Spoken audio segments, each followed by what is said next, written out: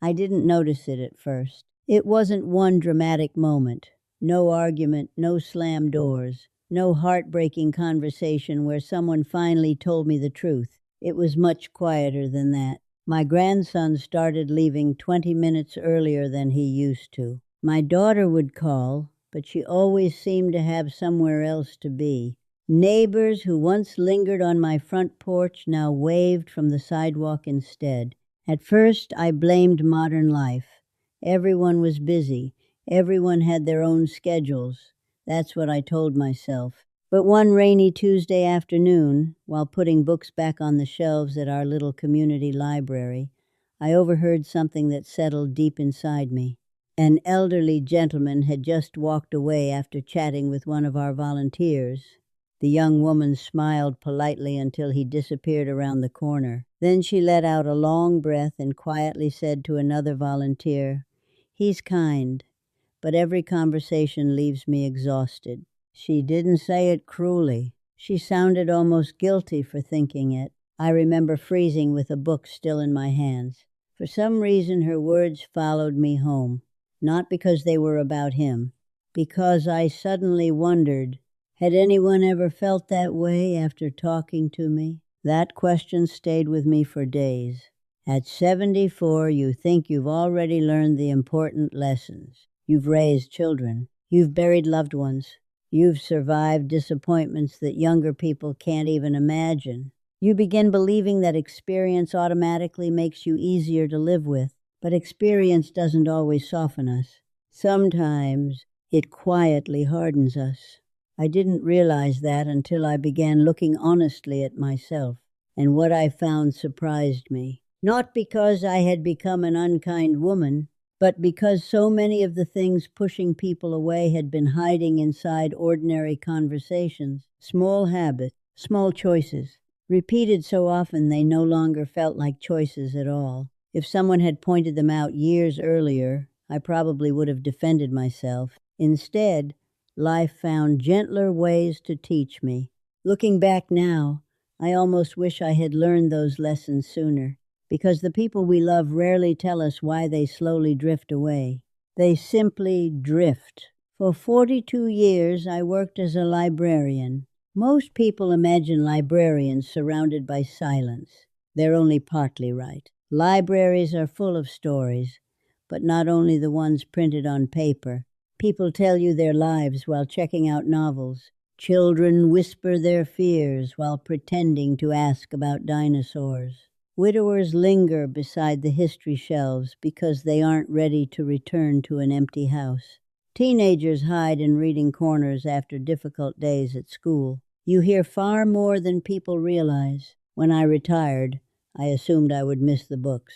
Instead, I missed listening. So every Wednesday afternoon, I volunteered at our neighborhood library. Nothing fancy, just shelving returns, recommending mystery novels, helping people print documents that never seemed to cooperate. It gave shape to my week. More importantly, it kept me around people. One Wednesday, an older gentleman named Walter became a regular visitor. He was 80, maybe a little older, perfectly dressed, always polished shoes, always wearing the same brown hat. He reminded me of my late husband in certain ways. Walter liked to talk. At first I enjoyed seeing him. He had fascinating stories from his years working on freight trains. He remembered towns that no longer existed, restaurants that had closed before many of our younger volunteers were born. The first few conversations were wonderful. Then something changed. Without either of us noticing, every visit became heavier. His knees hurt. His back hurt. His neighbors were impossible. The grocery store had become terrible. Young people had no manners. The city was falling apart. The weather was never right. Even when something good happened, it somehow became another reason to complain. One afternoon I saw Emily, one of our college volunteers, glance toward the entrance. Walter had just walked in. She quietly picked up a stack of books and disappeared into another room. Not because she disliked him, because she already knew exactly how the next 30 minutes would feel. That realization bothered me more than it seemed to bother Walter. He never noticed. Or perhaps he couldn't. When someone lives inside the same thoughts every day, they stop hearing how repetitive those thoughts have become. A week later, Walter sat across from me with his usual cup of coffee. "I swear," he sighed, "everything hurts these days." I nodded sympathetically. Then he continued, "The doctors don't know anything anymore." Another 5 minutes, then politics, then noisy neighbors, then expensive groceries, then another complaint about his arthritis. Almost 40 minutes passed. When he finally stood to leave, I realized something uncomfortable. I couldn't remember a single question he had asked me. Not one. He hadn't asked how volunteering was going. He hadn't asked about my grandchildren. He hadn't asked what I had been reading. He had spent nearly an hour speaking while I quietly disappeared from the conversation. That evening I poured myself a cup of tea and sat by my kitchen window. Rain tapped softly against the glass. I suddenly remembered a phone call with my daughter a few weeks earlier. She had called after work. "Hi, Mom. Just wanted to hear your voice." Within minutes I had started talking about my sore shoulder, then my trouble sleeping, then how expensive everything had become, then how lonely Sundays sometimes felt. She listened patiently. She always did. But our conversation ended much sooner than I remembered. At the time, I assumed she was busy. Now I wasn't so sure. For the first time, I replayed that conversation from her perspective. Had I asked how her meeting went? Had I remembered she was preparing for a promotion? Had I asked about little Sophie losing her first tooth? I honestly couldn't remember. That frightened me. Not because I believed I was selfish, because I had never intended to make the conversation about myself. Intentions, I was beginning to learn, aren't always what people experience. The next Saturday, my grandson Noah stopped by. He was 16, tall enough now that he had to duck slightly beneath my porch light. He carried a cardboard box. "Thought I'd fix that loose shelf in your pantry." I smiled. "You don't have to." "I know." He grinned. "I wanted to." While he worked, I made sandwiches. We sat at the kitchen table afterward. He started telling me about a robotics competition. His eyes lit up in a way only teenagers' eyes can when they're talking about something they truly love. Halfway through his explanation, I interrupted. "You know, kids spend too much time with technology these days." The words slipped out automatically. His smile didn't disappear. It simply became smaller. "Oh." That was all he said. Then he nodded politely and took another bite of his sandwich. A few moments later, he glanced at his phone. I should probably get going. After the front door closed behind him, I stood alone in the quiet kitchen. His unfinished story echoed louder than the silence. He hadn't argued with me. He hadn't looked offended. He had simply stopped sharing. And somehow, that felt even sadder. I washed the dishes slowly that afternoon. Not because there were many, because I couldn't stop thinking about two conversations. Walter had talked without noticing the person in front of him. I had interrupted Noah without realizing I had done exactly the same thing. Different words, different generations, the same result. Someone quietly withdrew. That evening, instead of turning on the television, I opened an old notebook I used to keep at the library. Across the top of the first blank page, I wrote one question. When did I stop becoming curious about other people's lives? I stared at those words for a long time. I didn't know it then, but that single question was about to change far more than the conversations around my kitchen table. It was about to change me. The next Wednesday, I made myself a promise before leaving for the library. I wasn't going to try becoming a different person overnight. I wasn't going to force myself to be endlessly cheerful. I wasn't going to pretend life didn't ache in places it never had before. I was simply going to notice. Notice how often I talked. Notice how often I listened. Notice how people reacted when I did either. It sounded easy. It wasn't. By 10 o'clock that morning, I'd already caught myself interrupting 3 conversations. Not because I wanted attention, because I genuinely believed I was helping. That's what made the habit so difficult to recognize. Most harmful habits don't feel harmful while we're doing them. They feel useful. That afternoon, a young mother came into the library with 2 energetic little boys. While they explored the children's section, she wandered over to the circulation desk where I was organizing returned books. "You always seem so calm," she said with a tired smile. "I'm trying not to lose my mind today." I laughed. I remember those years. She smiled with relief. For a moment, I almost launched into a story about raising my own children. How my son once climbed onto the kitchen roof. How my daughter colored an entire bedroom wall with crayons. The memories arrived instantly. They were waiting for permission. Then I remembered the notebook sitting on my kitchen table. When did I stop becoming curious about other people's lives? Instead of telling my story, I asked a question.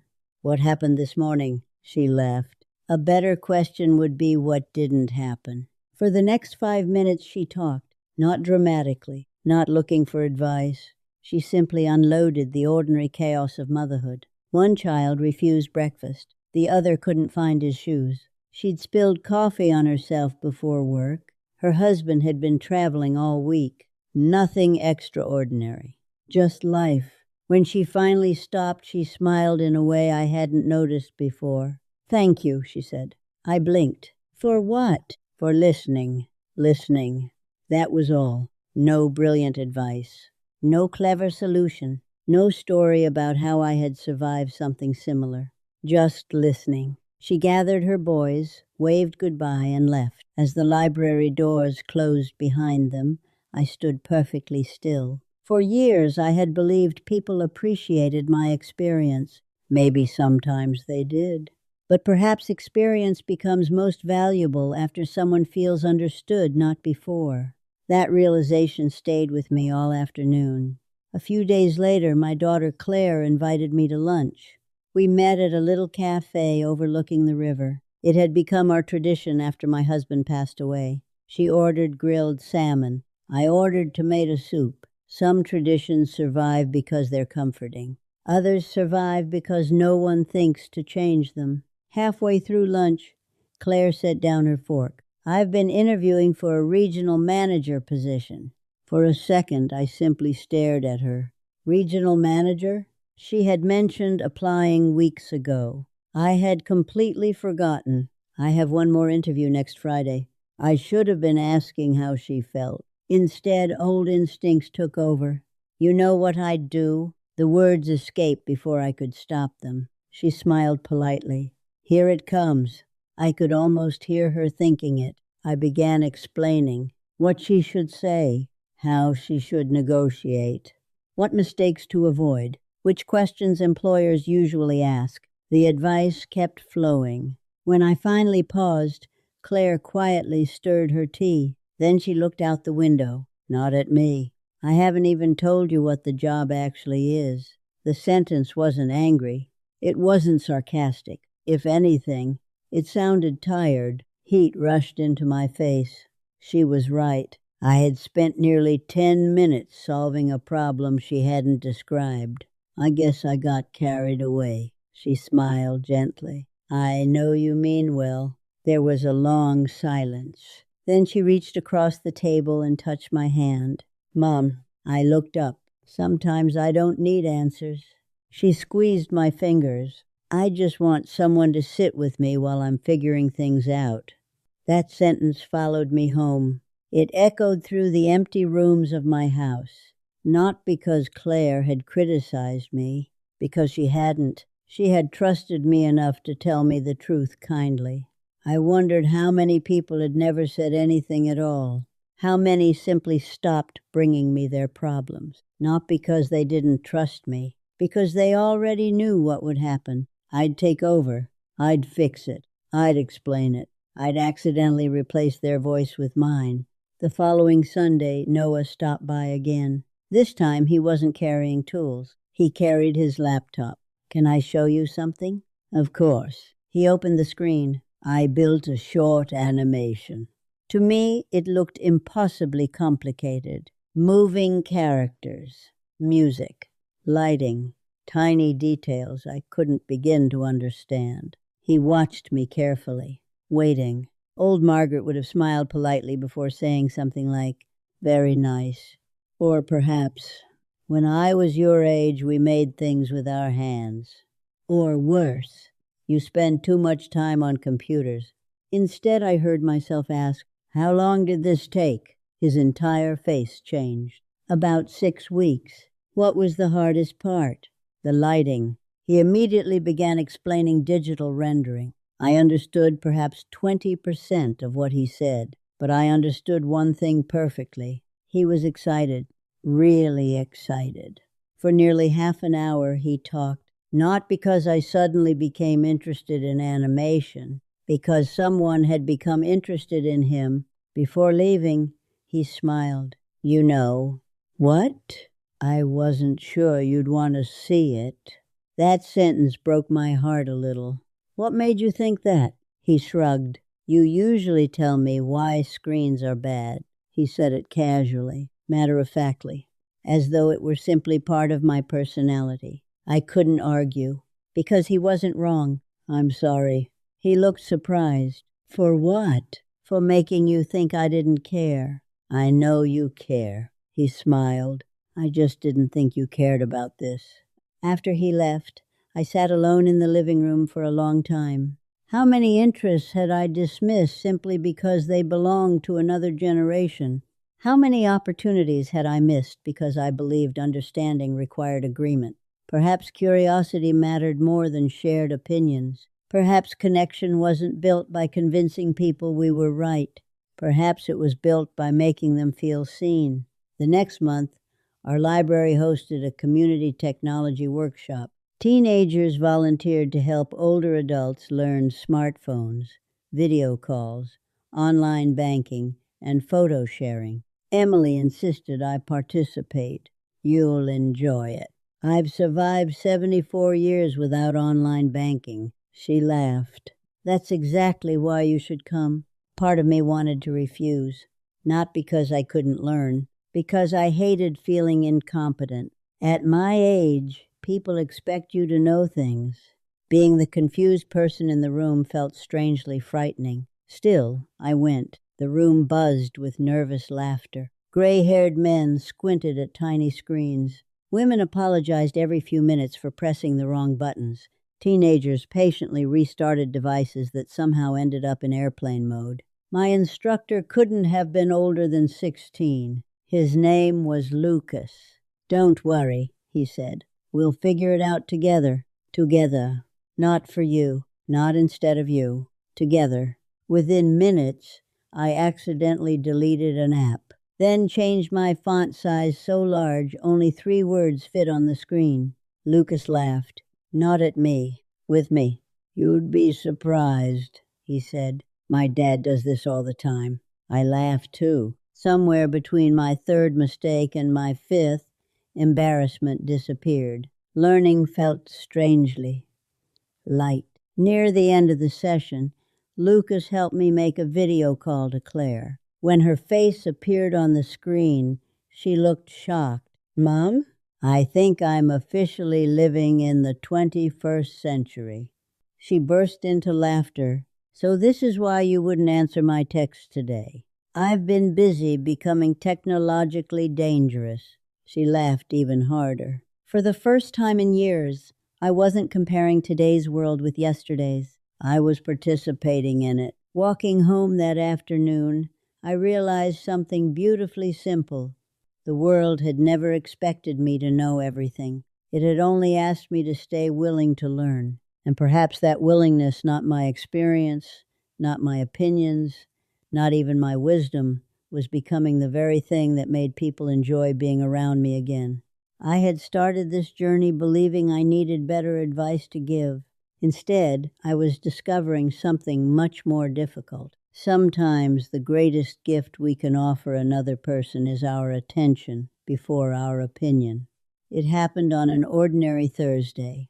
No celebration, no family gathering, no dramatic confrontation. Just another afternoon at the library when I was shelving donated books in the history section. I was balancing a stack against my shoulder when I heard laughter coming from the reading room. Not loud laughter, comfortable laughter, the kind that makes you smile before you even know the joke. When I walked around the corner, I saw 3 older volunteers sitting with several teenagers who had come after school. One of the volunteers, Mr. Hernandez, had to be nearly 80. His hearing wasn't perfect. His knees certainly weren't.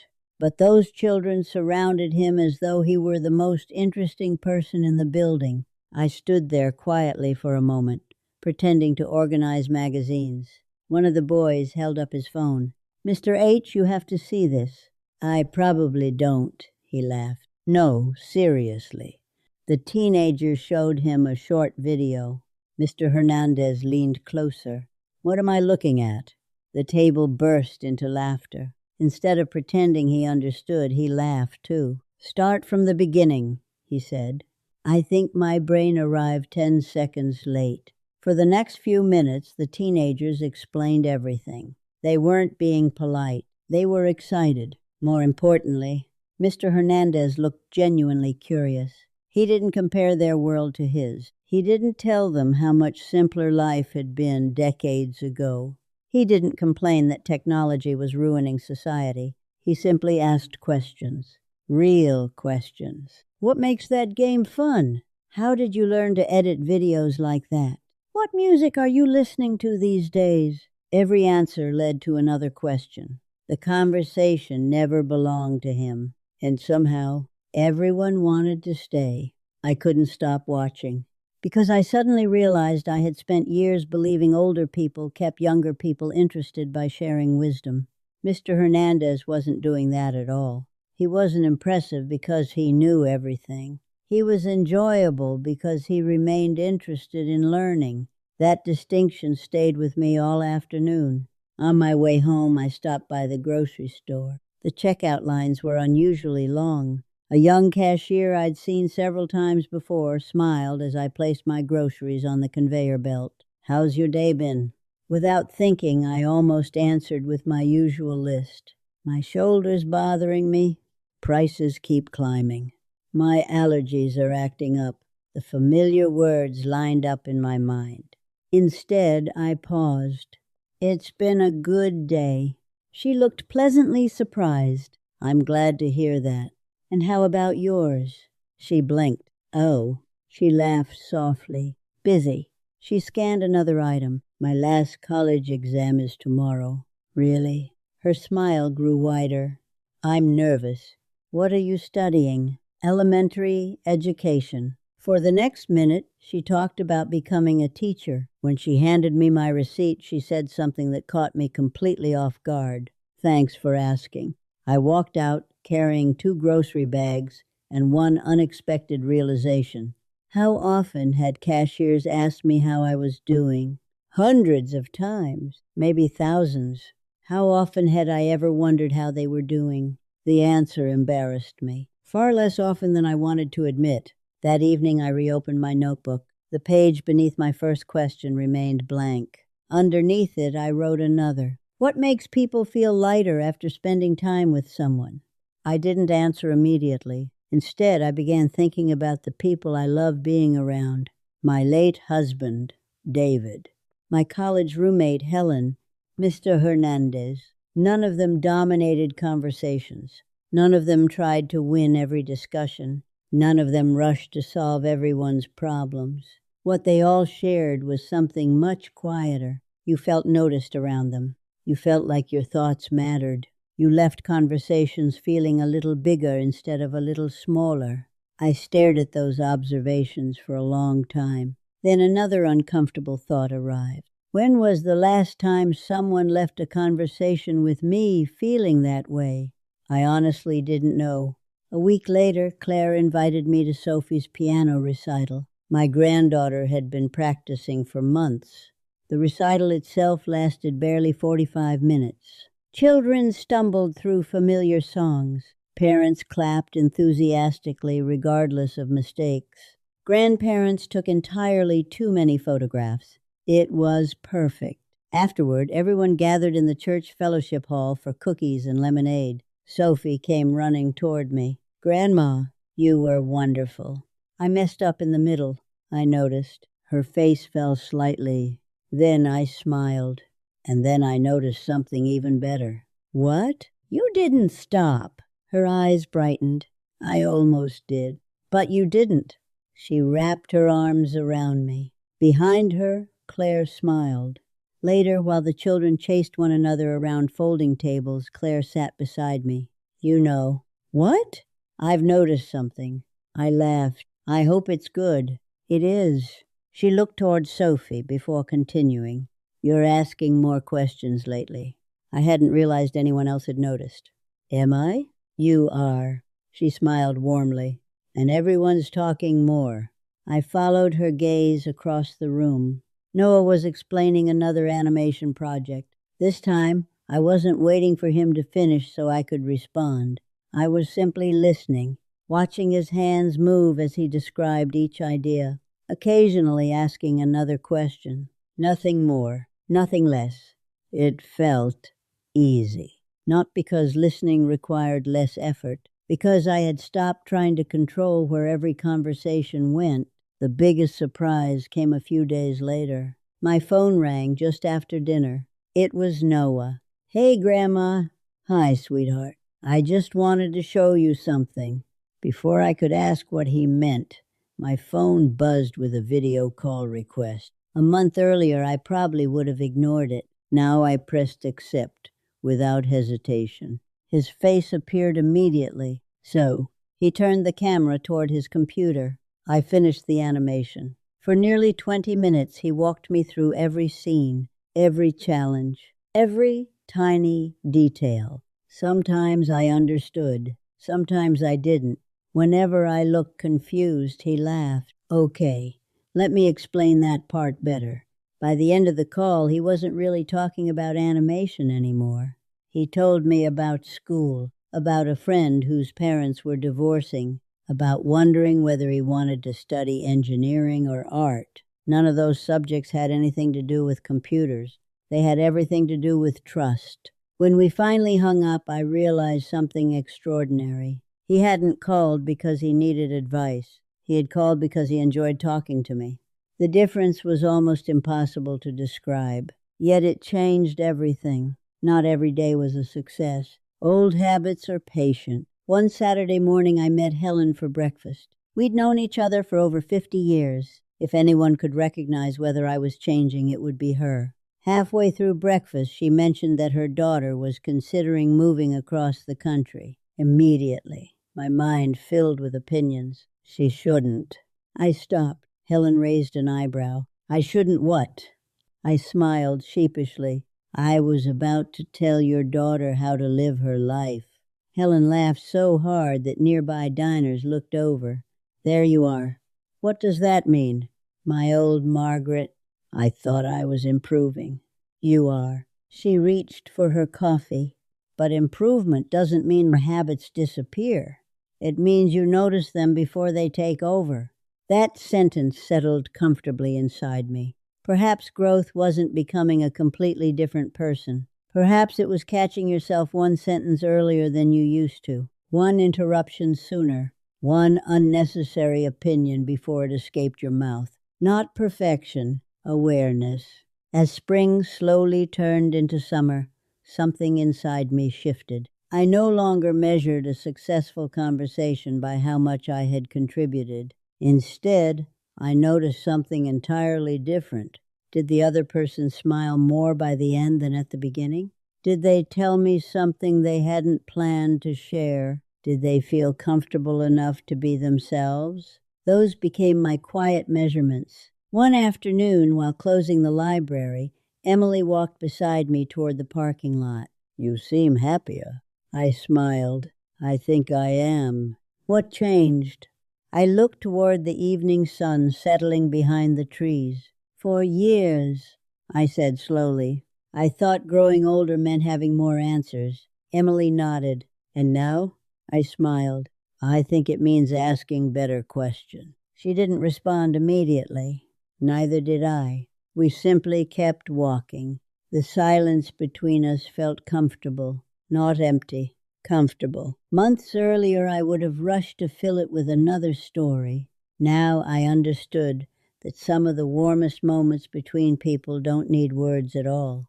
And somewhere during those quiet months, without ever announcing it to myself, I crossed an invisible line. I had started this journey hoping to keep people from drifting away. Instead, I discovered something much more beautiful. When you make people feel genuinely seen, they don't simply stay longer. They begin coming closer on their own. The moment that stayed with me forever happened on a Sunday afternoon. Nothing extraordinary was planned. Claire had invited everyone over for an early summer barbecue. The weather was beautiful. The backyard smelled of charcoal and freshly cut grass. Children ran barefoot through the sprinklers, while the adults arranged folding chairs beneath the maple tree. 5 years earlier, I would have spent the afternoon making sure everything was perfect. I would have worried about the food, straightened decorations no one noticed, corrected the way Noah held the tongs, reminded Sophie to sit properly, commented on how expensive groceries had become, found little things that needed improving, not because I wanted to ruin the day, because somewhere along the way I had confused being helpful with being necessary. This afternoon felt different before I even stepped through the gate. Claire hugged me. "Mom." "Hi, sweetheart." She smiled. "You look relaxed." "I think I finally am." She laughed. "That's new." "So I've been told." We both laughed, not because it was especially funny, because it was true. The backyard slowly filled with conversation. David's old friend George told exaggerated fishing stories. Emily, my youngest niece, had brought homemade pie. Neighbors wandered in carrying bowls of potato salad and lemonade. No one seemed to be in a hurry. I found myself sitting beneath the maple tree beside Noah. He had just graduated from high school, a milestone I still couldn't quite believe. He leaned back in his chair. "I've got some news." "What kind of news?" "I got accepted into 2 colleges." I smiled. "Congratulations." He hesitated.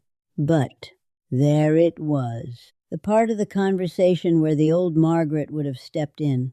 Which school pays better?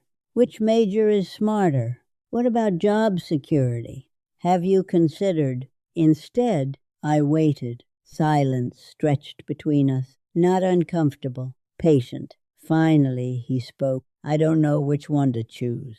"What are you thinking?" He looked toward the yard where Sophie chased Bubbles across the lawn. "I love animation." "I know, but engineering feels safer." I nodded. "What makes animation feel right?" His eyes lit up. I lose track of time. "What makes engineering appealing?" "I like solving problems." Again I waited. He smiled thoughtfully. "You know." "What?" "I think I already know my answer."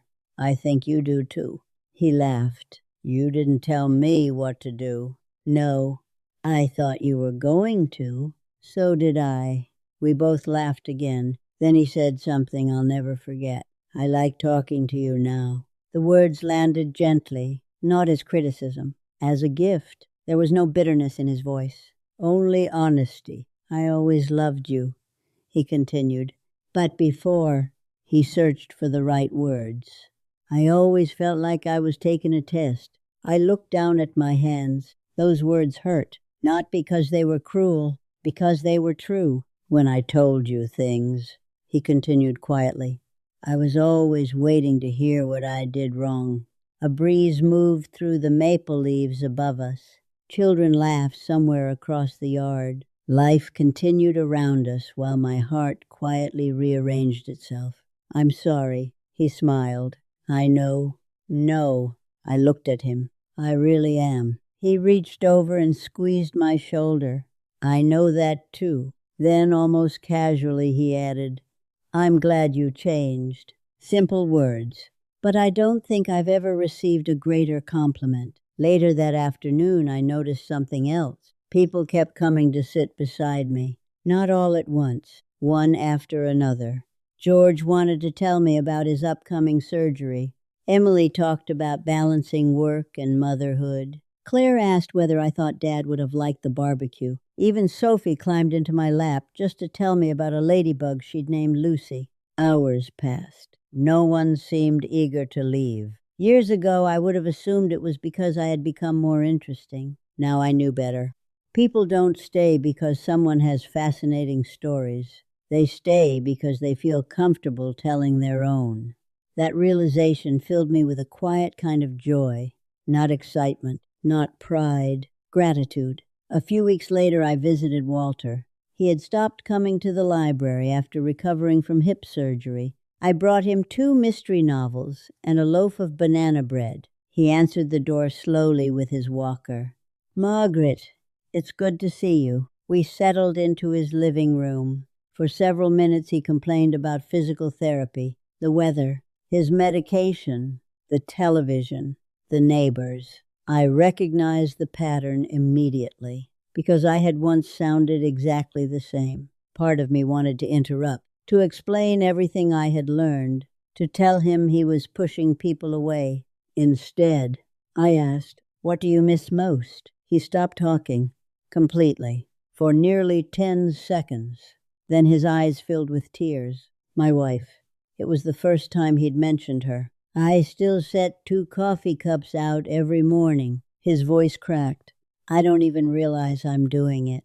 I reached across the table and gently held his hand. He continued speaking, not about politics, not about aching knees, not about noisy neighbors, about 53 years of marriage, about dancing in their kitchen, about her laugh, about eating burnt pancakes every Sunday, because neither of them knew how to cook. For nearly an hour he told stories I'd never heard before. Stories hidden beneath months of complaints. As I drove home, I realized something that humbled me. Complaining is often only the surface. Beneath it there is almost always grief, or fear, or loneliness. Sometimes people don't need someone to silence their complaint. They need someone patient enough to discover the pain underneath them. I wish someone had done that for me sooner. Summer faded into autumn. The library celebrated its annual Community Appreciation Day. Families filled every room. Children painted bookmarks. Teenagers helped seniors download library apps. Neighbors who barely knew each other shared coffee and homemade cookies. Emily handed me a small envelope. "Open it later." When I returned home that evening, I sat by the same kitchen window where months earlier I'd begun questioning myself. Inside the envelope was a handwritten card signed by dozens of volunteers. Most messages were short. "Thank you for always helping. You recommend the best books. You make everyone feel welcome." Then I noticed one sentence written near the bottom. It wasn't signed. It simply read, "You have a way of making people feel heard." I stared at those words for a long time. They meant more to me than any award I had ever received during 42 years as a librarian. Not because someone thought I was wise, because someone felt understood. Months earlier, that sentence would not have described me. Now, maybe it did. Not perfectly, but honestly. Sometimes people ask whether changing at my age was difficult. The truthful answer is yes, not because learning new habits is hard, because letting go of old identities is harder. For years I believed my value came from having answers, from protecting people, guiding them, correcting them, preparing them. I never realized another kind of love existed, one that doesn't rush, one that doesn't compete. One that quietly says, "I'm here. I'm listening. Take your time." That kind of love asks very little of itself, yet somehow gives the most. I still catch myself sometimes. I still interrupt. I still begin sentences with, "You know what you should," before stopping halfway through. Old habits don't disappear. They simply lose their authority. Every day I choose again. Sometimes successfully, sometimes not. That's all any of us can do. As I write these memories, another Wednesday afternoon is waiting for me. In a few hours, I'll unlock the front doors of our little library.